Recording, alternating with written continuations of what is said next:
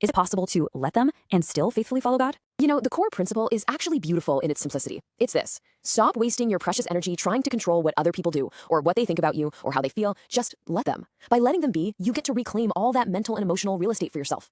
So the ultimate goal here is what you might call psychological sustainability. Success is all about how well you protect your inner world, your joy, your energy, your attention. It's like you're building this resilient internal fortress of peace that stands strong no matter what kind of chaos is happening outside. All right, this is where things get really interesting. Because on the surface, both of these paths seem to be about finding some kind of peace. But when you look just a little bit closer, you realize they are aimed at two completely, and I mean completely different destinations. The let them philosophy basically puts you in the driver's seat. The authority is the self, and the goal is a feeling of peace. The Catholic framework, drawing on huge thinkers like Thomas Aquinas, says the ultimate authority is God's eternal law, and the goal is an objective state of ultimate goodness. So in the world of let them, this is the end game. It's not about meeting some external standard. It's about managing your own internal state to create a feeling of calm and resilience. It's purely a psychological state. But Catholic teaching, it's aiming for something else entirely. Beatitude isn't just a feeling. It's an objective reality, an actual state of being in perfect union with God. It's not about feeling good right now. It's about being pointed toward the ultimate, eternal good.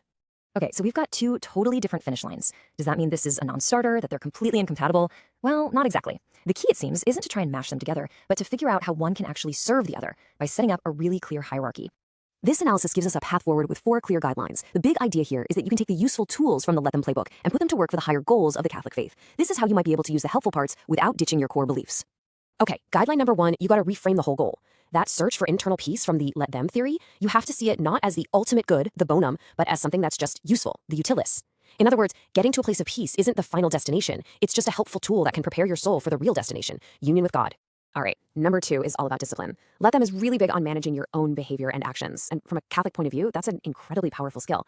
It's like a workout for your will, which Aquinas would say is naturally weakened by sin. So this self-discipline can actually help you make those small daily choices that over time build a virtuous life. Now, the third guideline. This is where it gets a little more complicated. The let them theory often pushes for a kind of defensive stance toward others. You detach, you pull back, all to protect your inner resources from getting drained. And bam, this is where we hit a really crucial distinction. A Catholic framework just doesn't let you check out completely. The virtues of prudence and charity demands that you stay engaged with the world. So it becomes this delicate balancing act. You have to use reason and love to figure out when to protect your peace and when your duty to your neighbor means you absolutely have to act.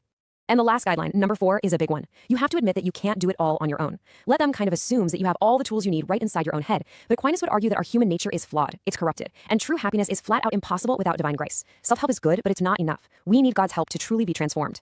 So this all leads us to the final showdown, the moment of truth. What happens when your own personal peace is in direct conflict with your moral duty? Just take a look at this. It lays it out perfectly. Imagine a moral duty, like an act of justice, is going to absolutely wreck your inner peace. The let them response says it's okay to withdraw, protect your resources. But for Aquinas, that duty is mandatory because it's part of God's law. One system prioritizes comfort, the other prioritizes truth. At the end of the day, it really boils down to one simple question. Who's in charge? The let them theory is all about shifting authority inward, to you and how you feel. For a Catholic, the authority will always be external, rooted in the objective, unchanging law of God. Your subjective comfort can never, ever win out over that.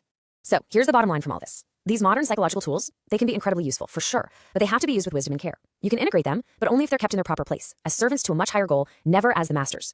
So the final question really isn't just about finding peace. It's about deciding, when your peace and your calling are on the line, which one will you ultimately serve?